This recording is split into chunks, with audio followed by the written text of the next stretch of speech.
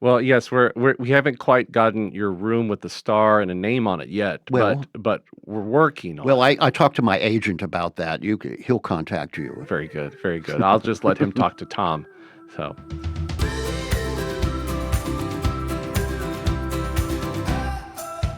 welcome to another episode of The Table of Content. I am your host, Albert Sines, where we discuss all things WAOB audio theater. And today we are joined by another one of our fantastic volunteers, David Seremet.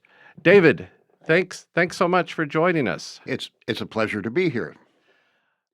David, I'm still sort of getting to know you. You started a few years before I sort of came back here on the scene, so I'm still learning about you. But there also may be people out there in our sort of audience who know your voice, but maybe haven't really gotten the opportunity to know about you as a person. Could you fill us in on a little bit about who you are, your history, your background, so we can learn a little bit more about you? Well, non-theatrical background. I was born in Latrobe. I've lived here all my life.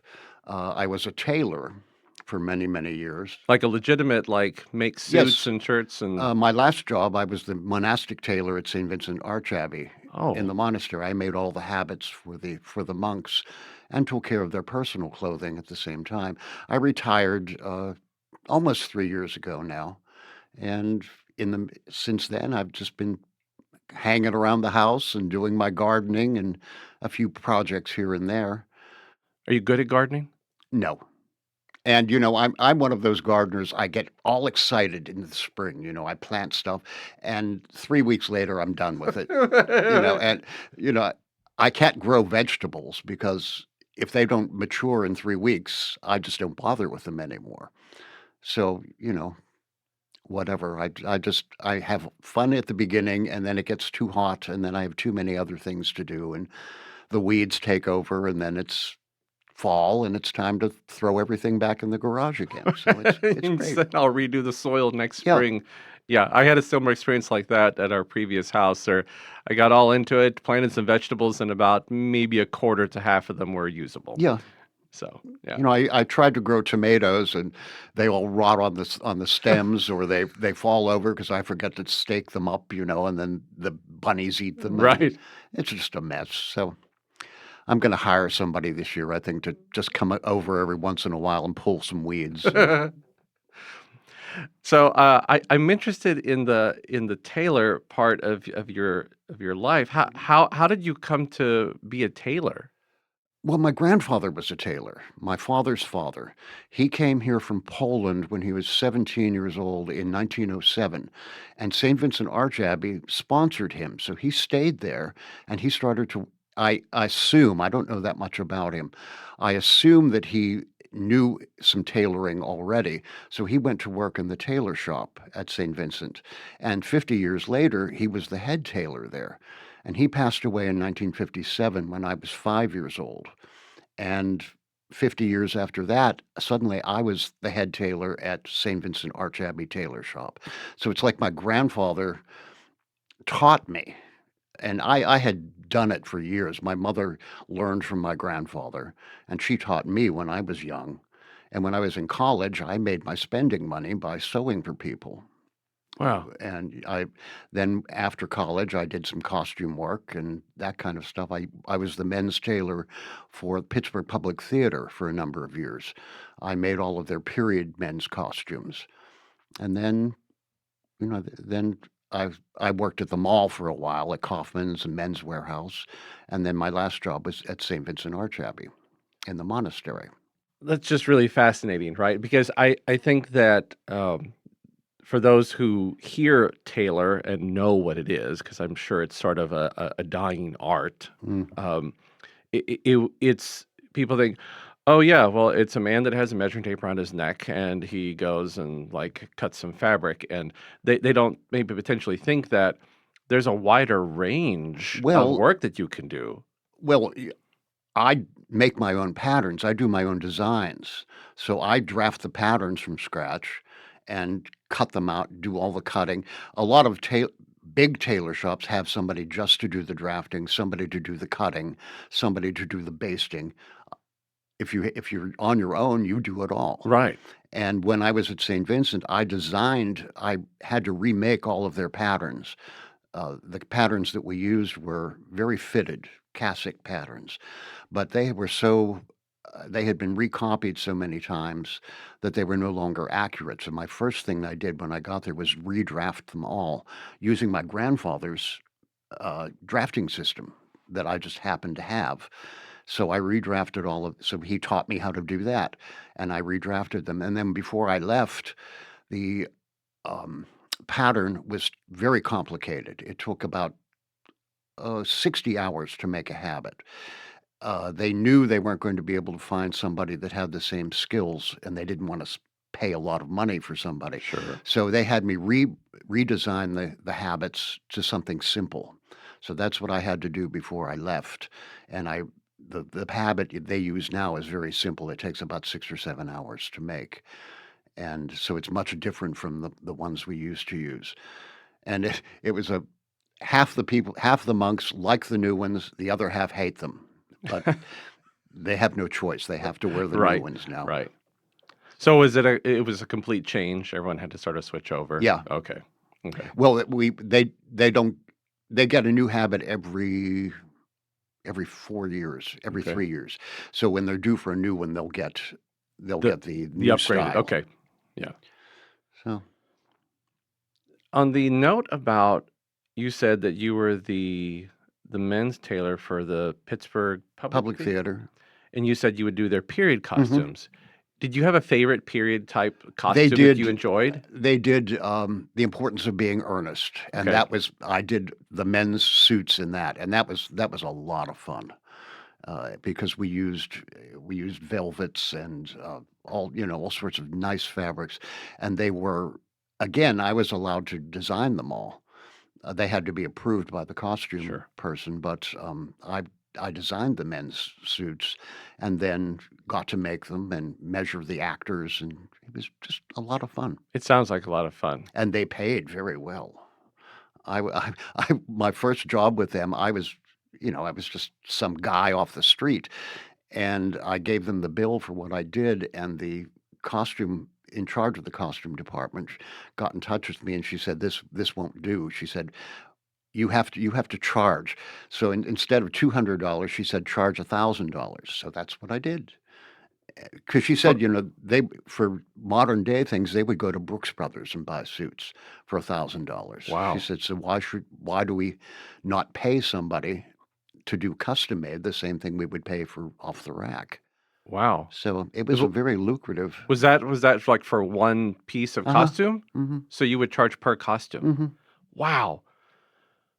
That is so if you're looking for a way to make money, make custom suits really well. Yeah. Wow, that's Of course, it's very nerve-wracking work because you're under a deadline. Sure. They would not call me until 3 weeks before the show opened. And at that time, they're a professional company, so you have to make appointments with the actors, and it's at their convenience. Right. So you have to be on call all the time to be able to do the fittings and the measurements, and you only have 3 weeks. And in that time, you have to get the fabric, you have to draft the patterns, you have to do all of that stuff. Wow. So it's very nerve-wracking work. So then you get to the finish line and you... Yeah. Okay. And then you have to be there in case there's a problem. Wow, I didn't even think about that. They do have wardrobe people, but you have to be there just in case there's a big problem, like somebody dumps a drink on their costume. And did that happen? No, because, well, according to union rules, you're not allowed to eat or drink in costume, but people do it. So the secret life of the theater. Yeah. So on the note of theater, you worked in the background making costumes, designing costumes, but you actually have a love of theatrical performance yourself. Where does that stem from? This is my 60th year on stages. I when I was 15 years old, 14 years old, I got my first part. Latrobe High School was the first school around here to do a musical back in 1966, and they did Little Abner. I had never been on stage. I had never sung. I'd never done anything. And if you know the plot of Little Abner, it's a stupid, silly little musical. They had the skinny, scrawny dog patch husbands walk into a machine and come out with some sort of potion, and they come out as big hunky football players. Well, they had trouble casting, so I'm a sophomore in 1965-66, walking through the hallway of Latrobe High School, and Joe Del Sordo, who was the music director, it was his idea to do this, saw me, and he actually grabbed me by the shoulder and said, you have to come and be in the musical. I was one of the skinny husbands that walked into the machine and came out a football player. And then I was also in the chorus and other things, and that was my first experience. And I loved it. And Father Tom Devereaux, I don't know if you know him, he was the theater director at St. Vincent Summer Theater. All right. And he was a good friend of Joe Del Sordo's, and he helped us. He came in and gave us, since none of us had ever been on stage before, he gave us direction and helped us. And it was such fun. And then the next year they did How to Succeed in Business Without Really Trying. And it was a rule, if you wanted to be in the musical, you had to audition. So I had never sung solo anything, and I got the little thing, and I practiced at home and got up on stage to audition in the auditorium, and I opened my mouth, and this voice, this Ethel Merman voice came out, and it shocked me. And I ended up getting the part of Bud Frump, one of the leads in How to Succeed in Business Without Really Trying, and that was the start. Since then I acted professionally for a while at Mountain Playhouse. I've done Shakespeare, I've done Neil Simon, I've done Ibsen, I've done Pygmalion. It just went out of my head. I've done a lot of different roles. I used to do a lot of musicals, and then I had some health problems, and my vocal cords got damaged. So now I just do straight plays, and as an old guy, it's rather difficult to find parts anymore. They all, especially around here, they tend to do musicals because those are the money makers. They don't want to do straight plays because not many people come. And there aren't many roles in musicals for old guys anyway. Usually it's the goofy next door neighbor or whatever, but you still have to sing. But last summer I was fortunate enough to do Death of a Salesman, and that was one of the roles of a lifetime. Sure. But it's getting to the point now where I'm even getting too old for some of those things. So that's why I'm grateful to do stuff here. At least I can do voice work. It doesn't matter what you look like or how old you are. I could still play the romantic leads if I didn't have an audience looking at me. So it's a different thing. It's getting old is no treat. It sounds like the plot from All About Eve. Yeah, well, exactly. And if I had an understudy trying to take my place, I wouldn't stop it. I'd stab him. It's a little violent, don't you think? Well, I always say when somebody gets parts that I'm too old for or whatever, and if they're friends of mine, I always say, why don't we get them on a stairwell, and I can just kind of bump up against them, and Whoops. there you go. I guess I'll have to do it. Well, it's like that old cliche, and I think it was 42nd Street when Ruby is the understudy, and she has to perform because the lead broke her ankle or something, and the guy says, "You're going to go out there a nobody, but you're coming back a star." Well, on the note of here at Audio Theater, how did you find WAOB Audio Theater? My friend Joette Salandres, when you were doing the not the Proverbs, Psalms? the first thing you did, the Psalms. Psalms. contacted me. I guess she had done one, and she contacted me and she said, "If you're interested," and I kind of, I don't, whatever.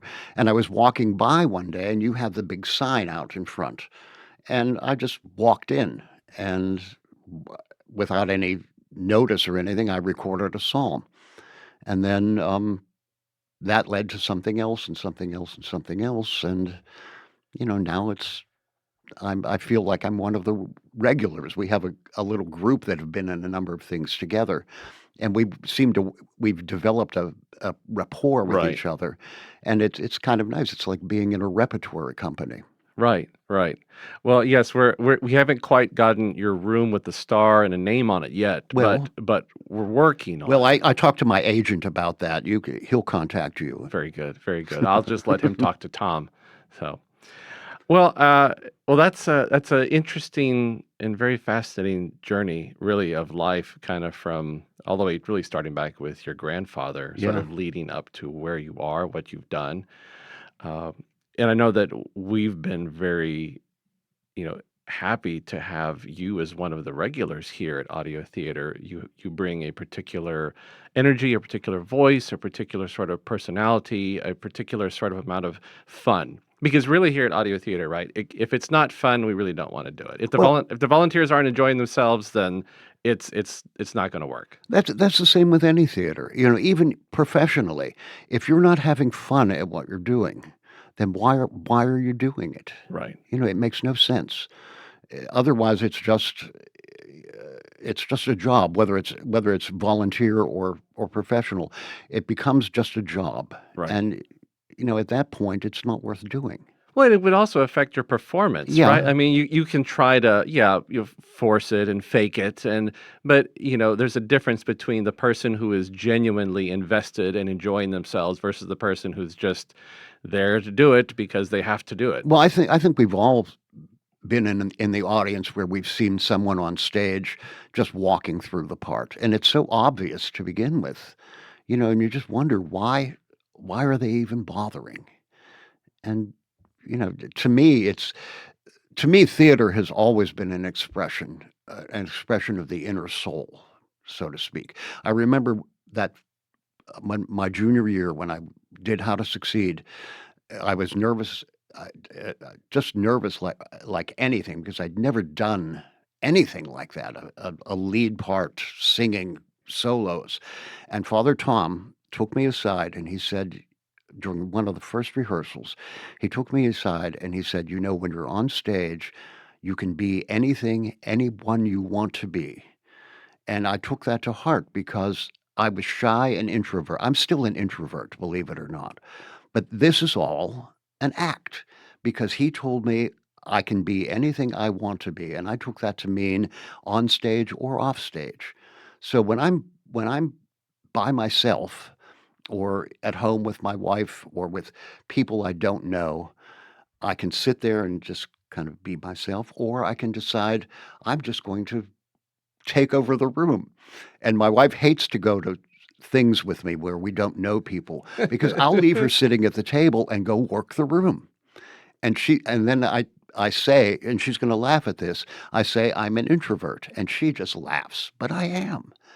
But, so a lot of what I do, it sounds like I'm a fake, but I'm not. I'm just acting. And, now it's kind of become like my persona. It's not as much acting as it used to be, but it's still, I don't feel uncomfortable, but I feel I have to, I guess, be outgoing when I'm not really. Well, you do an excellent job here of working the room, so whenever you walk in, there's definitely something that changes in the room, and I think that whatever Father told you has definitely stuck in the best way Yeah. possible. Well, he also said, when you because it was a comedic role, when you get that first laugh, it's better than anything you've ever felt in your life. And boy, was that true. Of course, if you're a ham like I am, you get that first laugh, and then you push and you push, and that's when it dies. Right, right. So he had to also use a whip and chair on me to. This is down, Mhm. down. So here at Audio Theater, I'm curious. You've been here for a few years, sort of growing your presence Yeah, I since. think it's only been about a year and a half, I think. I think it was I can't even remember when you did the Psalms. Well, we just finished Proverbs and Psalms before that, so it's probably been maybe about 2 years. Mm. Maybe we'll go with that.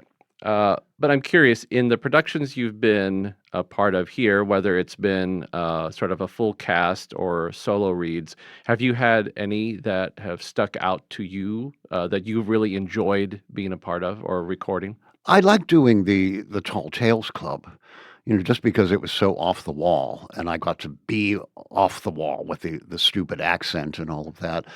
Um, and I love to read The Velveteen Rabbit. That was That very was good. that was my favorite story when I was growing up, and, I it I had to keep from starting to cry as I got to the end, but I sent it to my grandniece in, Indiana. She's 5 years old, I believe, and I had sent when she was born, I sent her a first edition of The Velveteen Rabbit. So, she listened to it, and she called me, and she said, "Uncle David, I just loved that," she said, and we read it, and she has a little Velveteen Rabbit stuffed thing, and she had it on her lap, and, that made me feel good because it not only affected me, it affected someone else that, and made me feel good that I could do that. Sure. So, things like that. Do you uh, Do you have a preference for being kind of in a cast, like a group cast production versus doing a solo read like the Velveteen Rabbit?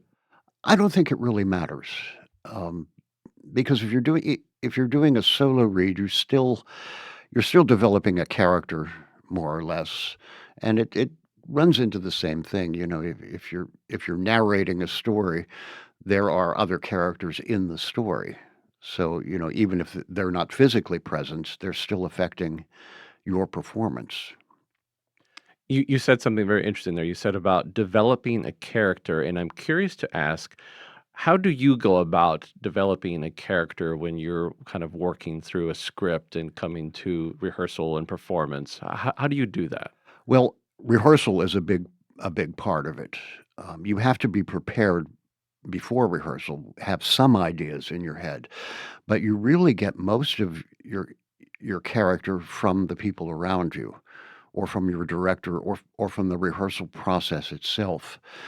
You may have some ideas when you go in, but you find as you're working with your fellow actors, something else. It's the way they deliver their lines, the way they perceive their characters that affect the way you think of yours, and it's a give and take situation. It's a fascinating uh, way of working.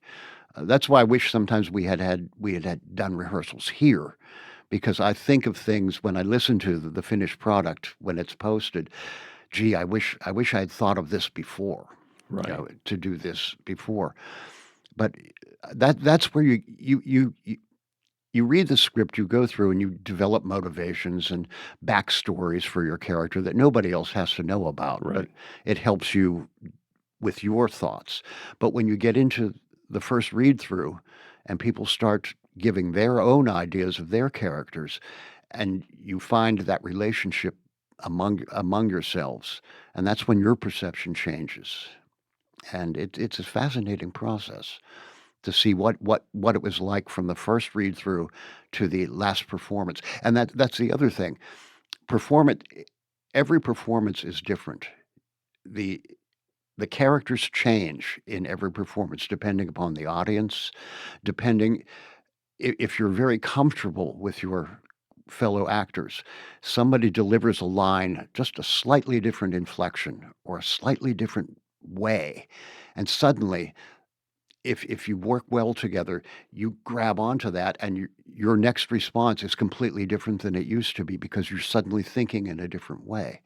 And that's the fun of working with someone that you are very, very comfortable with.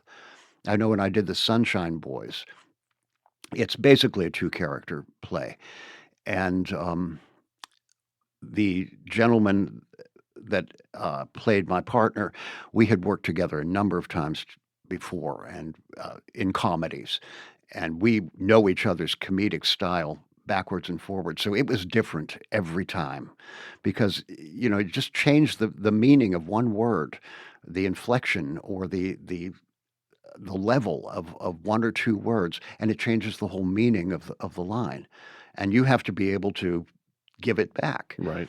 And we drove our director crazy sometimes because it wouldn't come out the same twice.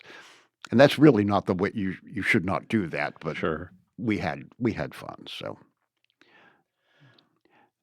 Here at Audio Theater, obviously you continue to come, so we haven't scared you away yet, or I haven't scared you from inviting from me. asking. Yeah. We keep asking, and you keep coming.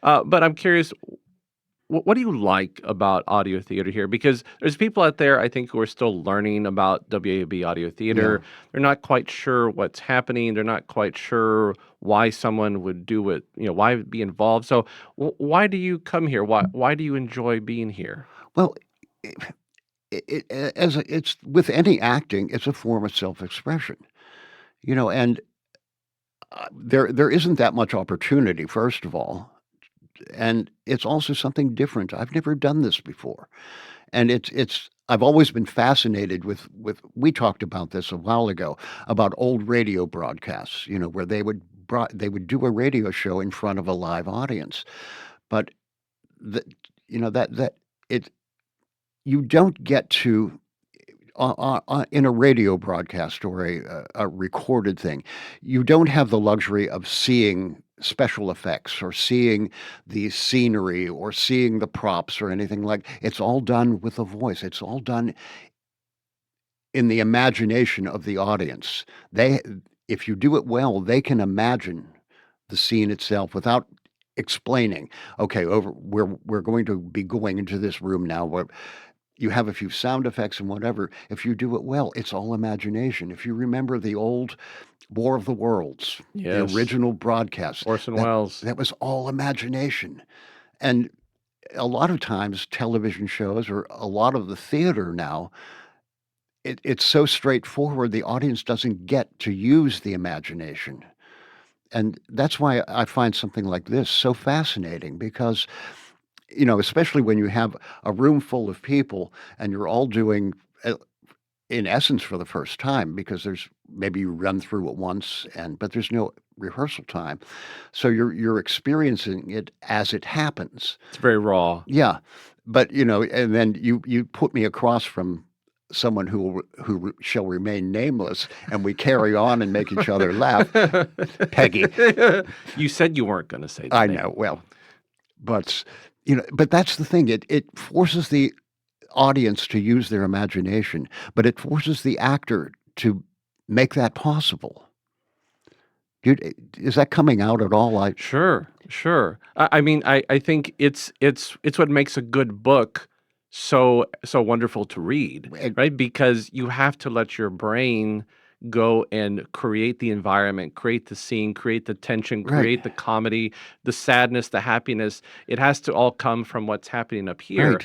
And a bad book, you're not going to do it. But a good book, you're allowed to enter into that world from the author. So in the radio theater, audio theater, it's people trying to create that, and the listener has to sort of put on their headphones or their earbuds and feel like, oh yeah, I'm there. Mm-hmm.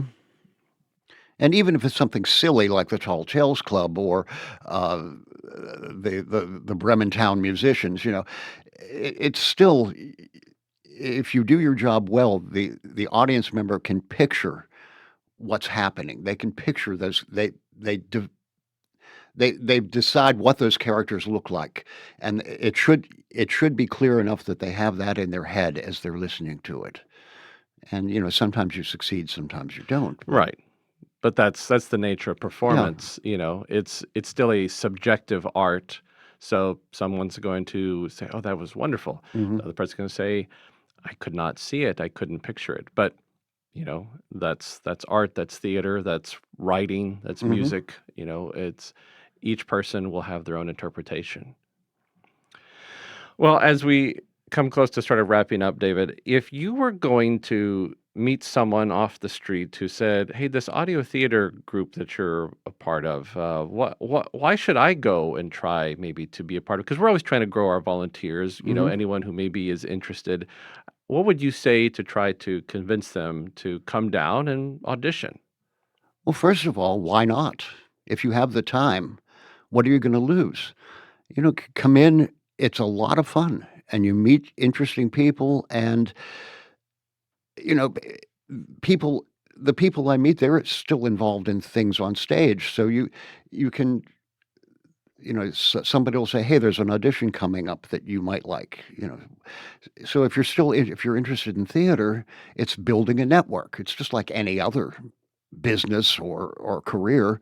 You build a network, but on top of everything else, it's just fun. You get a chance to be creative with no strings attached. Uh, you know, it it's I don't know how else to put it. It's just if you're interested in performing, this is a great place to do it. Good people, funny scripts, funny people to work with. Why not?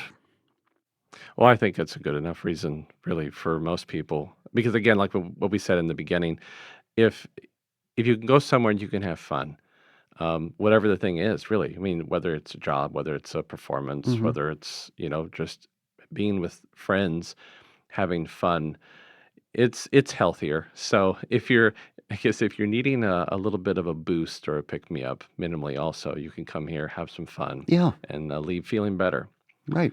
And look at your true mission is not just children's stories or whatever. I mean, you're doing inspirational things, and think about that. If you're going to read a gospel, if you're going to read a psalm or whatever, you're think about that. You're inspiring other people, and that's one of your missions Right. is inspiration. So Right. Yeah, so we definitely try our best here to sort of cover the spectrum, So hopefully there's a place for any number of people here, whatever their mhm. interests are. But definitely being able to leave knowing you're doing something potentially that Yeah. could inspire someone. Ladies and gentlemen, we've been talking with David Seremet, one of our volunteers, and really excellent story, David. So thanks Mm. so much for taking some time to share with me and with our audience a little bit more about you. Oh, well, thank you. It was a pleasure. I will be putting links to some of the performances that David mentioned, the Velveteen Rabbit, the Tall Tales Club. The links will be available in the description. So if you want to hear one of David's fantastic performances, then you can go and click on the links and listen or watch.